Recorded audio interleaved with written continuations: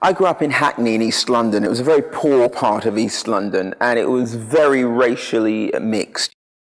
In Britain, because of the way the radio was, there were no soul stations. If you were going to hear a great soul record, you know, a Motown record, an Otis Redding or Aretha record, you would hear it in the same places you'd hear the Beatles and the Rolling Stones and Cliff Richard. So what I grew up with, and that I think has really stood me in good stead, is the fact that you were exposed to everything. I've been hanging around with Light of the World. My cousin managed them.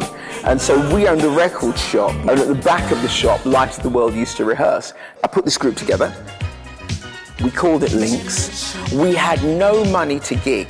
So what we did for 3 years is we found somebody who would manage us, and they owned a rehearsal studio. So for 3 years, 5 days a week, we would go into this rehearsal studio and we would write songs and play. Oh, I always try hard not to leave any clues. I am always found out, wish I knew how to use. I think that we were really instrumental in educating record companies. I think we were really instrumental in breaking barriers. I mean, we were the first of the black British bands to have a top 10 in the album charts. We were the first black British band to be on the front cover of NME. We were the first to be considered in the same way as you would just consider any other band. It was a very politicized time, the early 80s.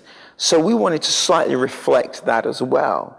It was a snapshot of the lives of a whole lot of young people who'd grown up half Caribbean, half English, in some cases half African, half English, a combination of cultures, a whole combination of different things they were listening to, and we were making our own heroes. We didn't have an English Bob Marley, there wasn't an English Stevie Wonder, there wasn't an English Marvin Gaye, there wasn't an English Aretha Franklin, there was just us.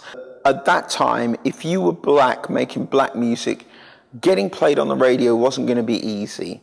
Getting on TV wasn't going to be easy. Getting into the charts wasn't going to be easy. And you got to remember, as far as we were concerned, we were looking, going, right, High Tension broke through in '78. They had some big hits. Second album came out, nothing. Okay.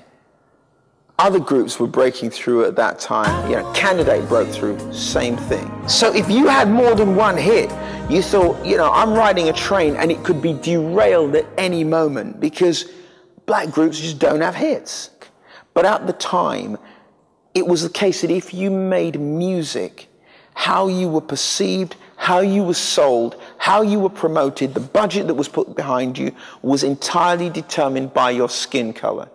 So if you were a reggae band, a black reggae band like Aswad, you'd get a different budget to if you were a white reggae band like UB40. Completely different perception, completely different budget, completely different market placing. And it was wrong then, and it's wrong now, because music is music.